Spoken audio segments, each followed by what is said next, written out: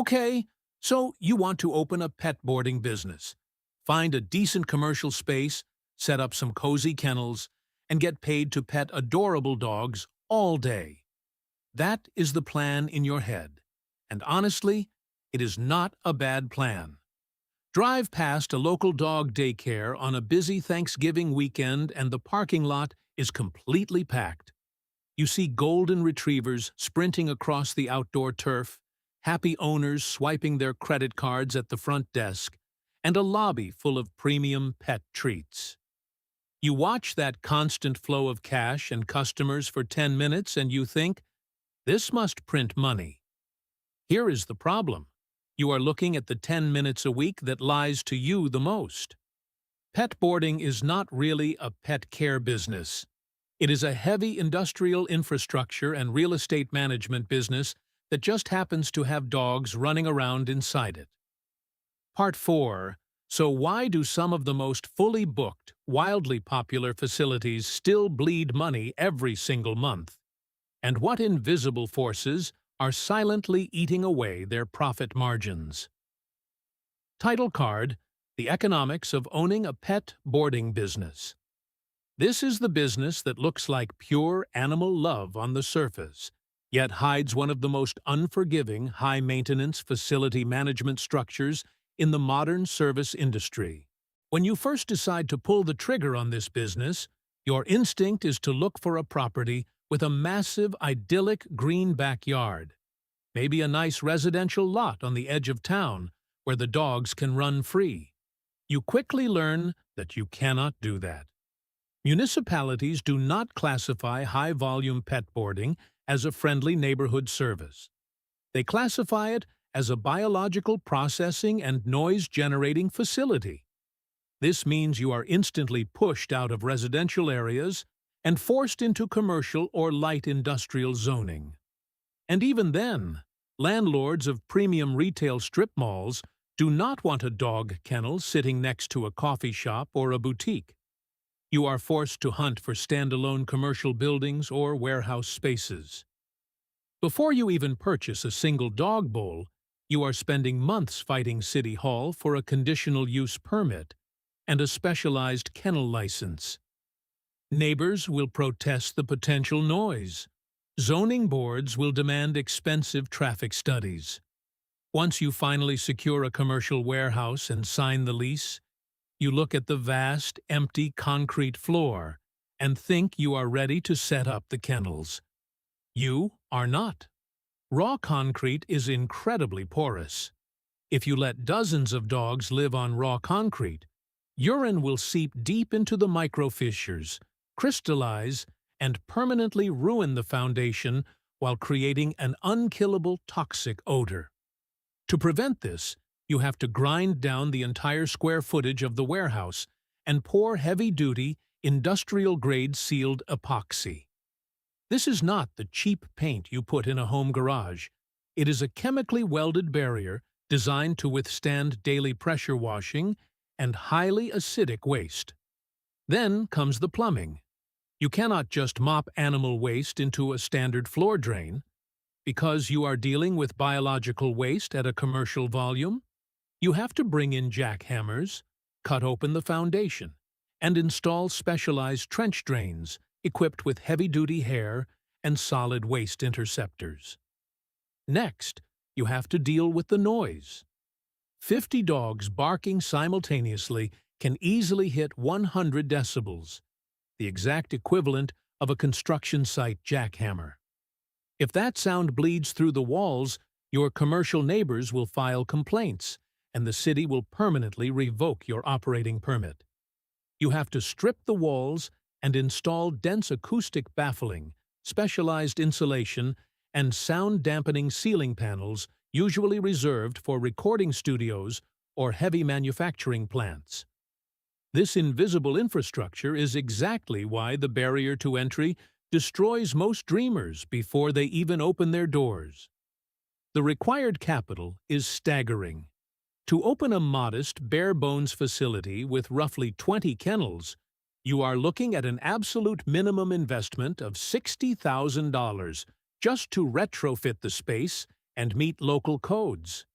But if you want to open a modern, professional facility or buy into an established franchise with proper indoor and outdoor play yards, your total initial investment skyrockets to between $271,925 and $427,500. In premium urban markets, that build-out cost can easily exceed $1 million. You spend hundreds of thousands of dollars building a waterproof, soundproof fortress.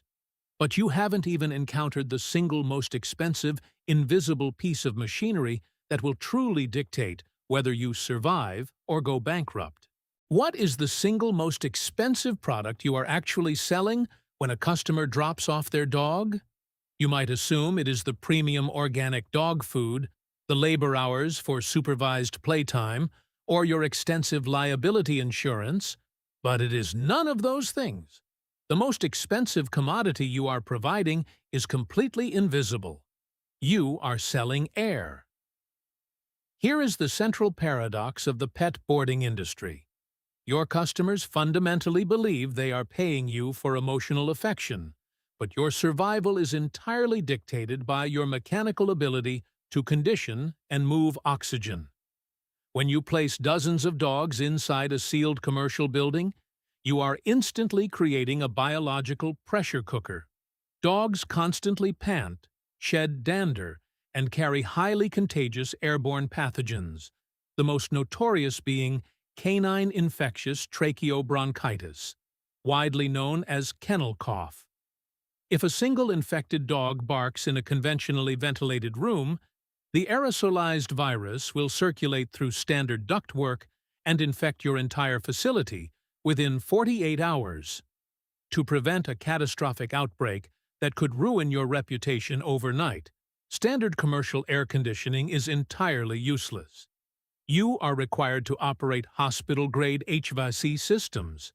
These massive industrial units must physically exhaust the stale indoor air and replace it with fresh, temperature-controlled outside air 10 to 15 times every single hour.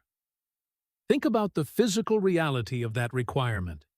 You are taking a cavernous warehouse, heating or cooling it to a comfortable 68 degrees, and then intentionally blasting all of that perfectly conditioned air out of the roof every 4 to 6 minutes. And you must do this 24 hours a day, 365 days a year, regardless of how many dogs are actually in the building. This dynamic traps you in a brutal, dual-pressure economic vice. On the operational side, you are running a heavy industrial plant. Your electrical consumption rivals that of a mid-sized manufacturing facility. The massive blower motors and compressors never stop running, creating a staggering, immovable fixed cost. But on the revenue side, your cash flow behaves exactly like a highly volatile hospitality business.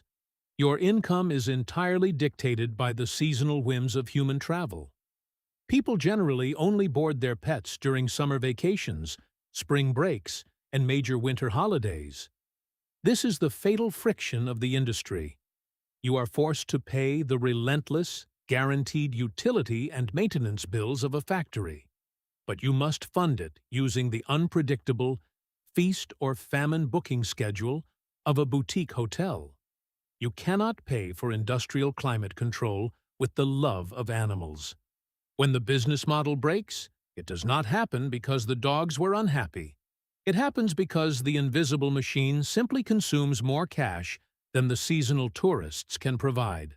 To truly understand how this invisible industrial reality can violently dismantle a seemingly thriving business, you do not need to look at a quiet, theoretical bankruptcy spreadsheet. You just need to examine the physical collapse of a specific, real-world facility to see this exact paradox in action. Consider the highly publicized case of the Dog Resort, a massive pet boarding and daycare operation located in the Lake City neighborhood of Seattle, Washington. At its peak, this facility was the absolute picture of a successful pet care empire, operating at massive scale. From the outside, you would see exactly what every aspiring kennel owner dreams of achieving: You would see a business routinely entrusted with hundreds of dogs at a single time, generating what appeared to be an unstoppable flow of daily revenue.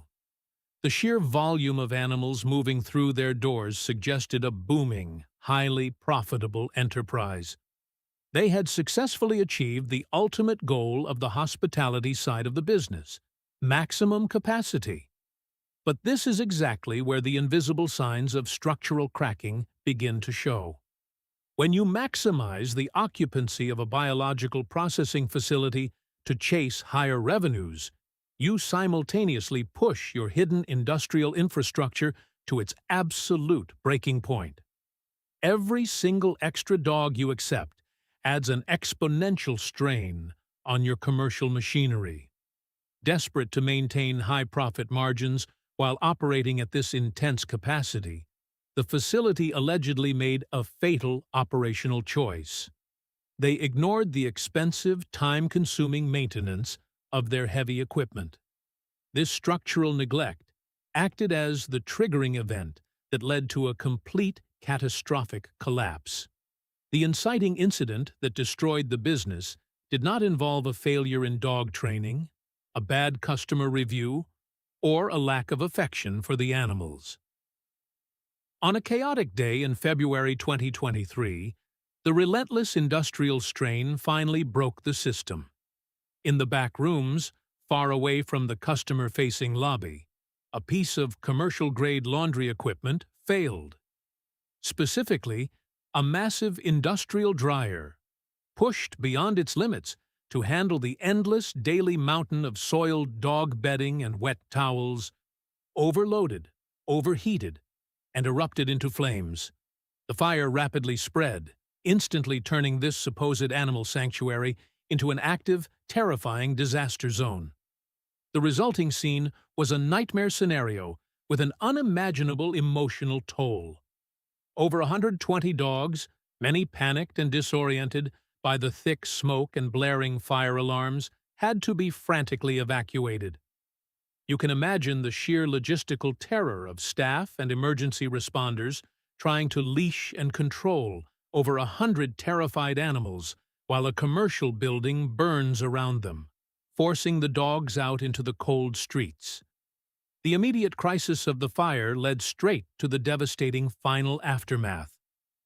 When the smoke finally cleared, regulatory agencies descended upon the facility, completely stripping away the warm illusion of the pet care business. They audited the space for what it truly was: a hazardous industrial work site. The Washington State Department of Labor and Industries, L&I, launched a rigorous investigation into the facility's operational safety protocols.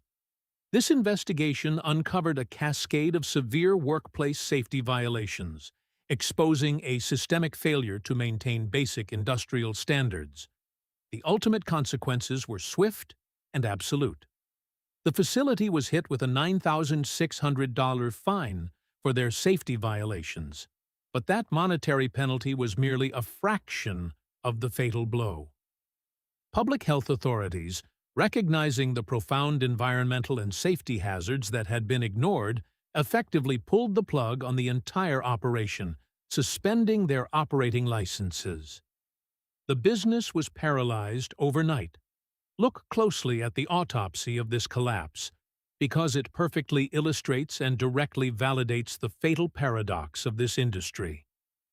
The dog resort did not collapse because the owners or the staff lacked a genuine, deep-seated love for animals. They did not fail because the dogs were not getting enough playtime.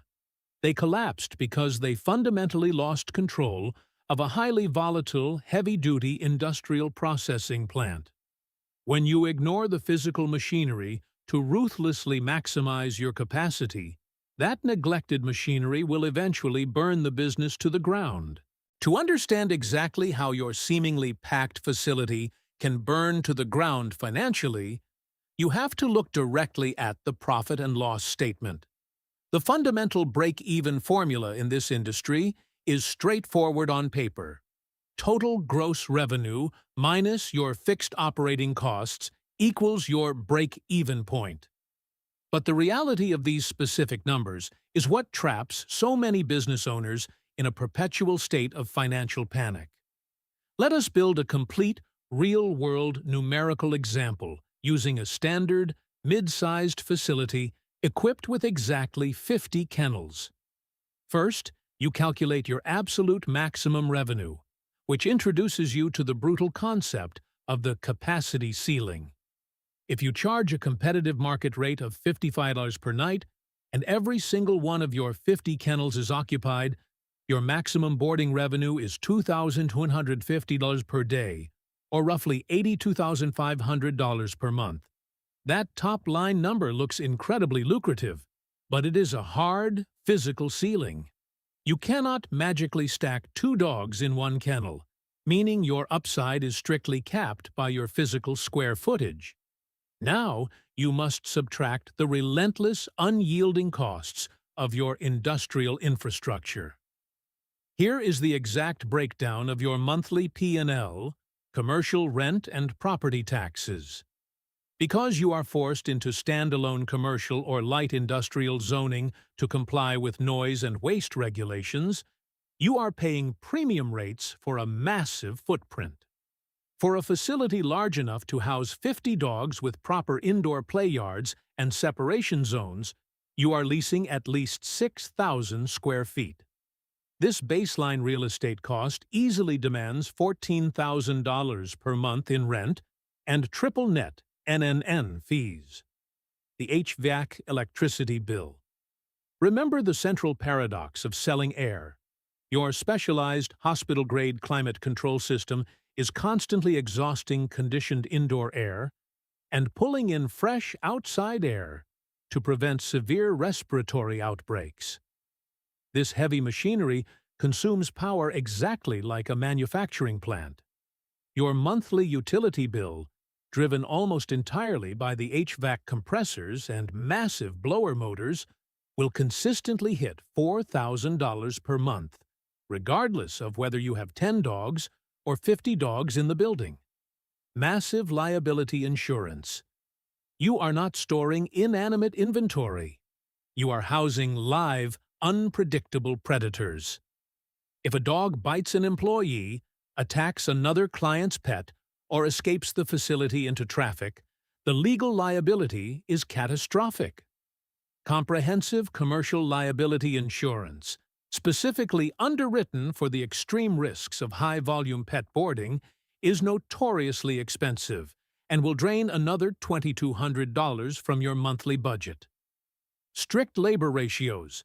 This is where the illusion of a passive, easy business completely dies. Animal welfare standards and insurance covenants dictate a strict, non-negotiable staffing ratio. You must have at least one trained supervisor for every 15 dogs in an active playgroup. With 50 dogs, you need 4 staff members actively managing the floor at all times during the day, plus front desk receptionists to handle clients, plus overnight monitoring staff. This labor structure creates a massive payroll burden, typically costing around $30,000 per month. When you add up just these primary structural categories, rent, utilities, insurance, and payroll, along with basic software subscriptions, industrial cleaning supplies, and routine maintenance, your fixed baseline operating cost sits at roughly $54,000 per month. Now, apply the break-even math to find out what it takes to survive. To cover that $54,000 monthly nut at your $55 per dog rate, you need to book roughly 981 dog nights every single month just to hit zero.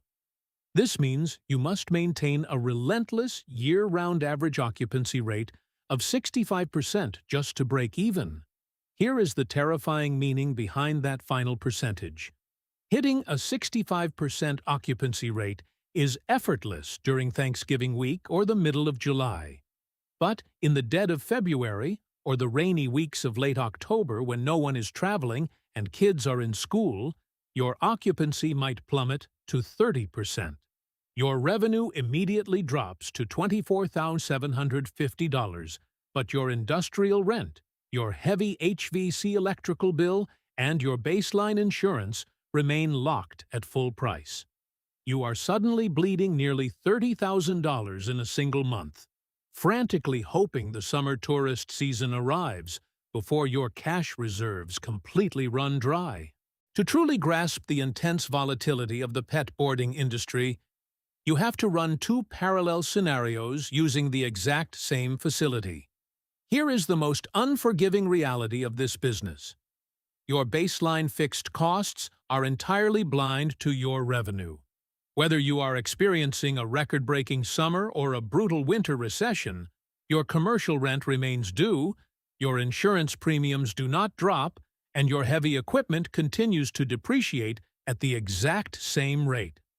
The only difference between a remarkably profitable year and a financially devastating one lies in variables completely outside of your control. The good year, let us look at a good year. In this scenario, the broader economy is thriving, and consumer confidence is high. Families are confidently booking long international vacations and cross-country road trips. Driven by this summer tourism boom, your facility reaches an incredible 85% average occupancy rate during your peak months. But a good year is not just about surviving the summer. It is about effectively managing the inevitable seasonal valleys. To offset the heavy fixed costs when travel dies down, you successfully market your daily daycare services. Local professionals drop off their high-energy dogs every morning on their way to the office. This steady, recurring daily revenue acts as a vital financial bridge, consistently covering your massive HVAC utility bills and strict staffing payroll during the quiet months of late fall and early spring. By the end of the year, the heavy industrial machine you built is running smoothly, and your profit margins look phenomenal. The bad year now. Apply that exact same rigid cost structure to a bad year. The uncontrollable variable here is an economic downturn. Inflation rises, household budgets tighten, and families suddenly cancel their expensive summer vacations, opting to stay home instead. Because they are not traveling, they simply do not need to board their dogs. Your peak summer occupancy, the crucial revenue engine you desperately rely on to build your winter cash reserves, plummets to a terrifying 40%. The massive warehouse feels empty, but because of cross-contamination regulations, your industrial blower motors and compressors must keep running at full capacity to circulate the air for the few dogs you do have in the building. You are burning peak season electricity for off-season revenue. Then comes the final blow. Because you are running commercial machinery 24/7, hardware degradation is inevitable. In the middle of November, your primary HVAC system suffers a major compressor failure. The emergency industrial repair bill is $15,000. In a good year, a $15,000 repair is a painful but manageable operational expense.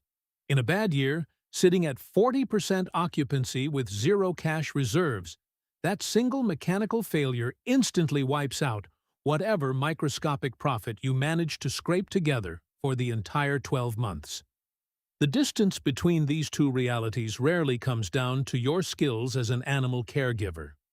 The absolute gap between a good year and a bad year is dictated entirely by macroeconomics and mechanical reliability. If you step back and look at the entire ecosystem of this industry, you will realize a harsh truth about who actually builds stable wealth. The most guaranteed money in the pet boarding business is rarely made by the person actively managing the dogs. The real winners are the entities playing an entirely different game, completely shielded from the daily operational chaos. First, there are the commercial landlords. Because strict zoning laws force you into heavy commercial real estate, property owners lock you into long-term leases. They collect massive, guaranteed rent checks every single month, while you shoulder all the facility maintenance. Second, the commercial insurance providers.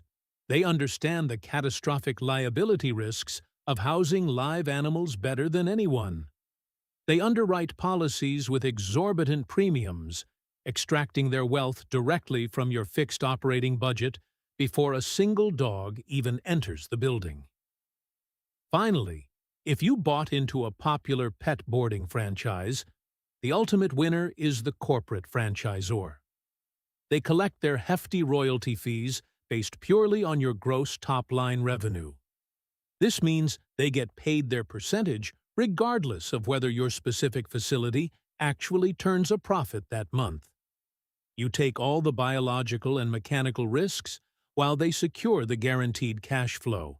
When you look back at that crowded parking lot on a sunny Thanksgiving weekend, the warm illusion finally fades. The truth behind the glass doors is cold, mechanical, and unforgiving. Ultimately, the economics of owning a pet boarding facility follow a harsh, undeniable rule. It was never a story about how much you genuinely love dogs and cats, or how expertly you can comfort a nervous puppy. It is entirely a brutal equation about whether you have the financial and mental endurance to keep a massive, heavy-duty air and biological waste processing machine running through the dead, unprofitable months of a harsh winter. You do not survive in this industry simply by having a big heart for animals. You survive by becoming a masterful manager of commercial real estate, a strict enforcer of industrial safety protocols, and a calculating operator of highly volatile seasonal cash flow. If you can successfully keep the air clean, the concrete sealed, and the blowers running when the building is practically empty, you might just get to pet a few dogs along the way. But make no mistake, the machine always comes first.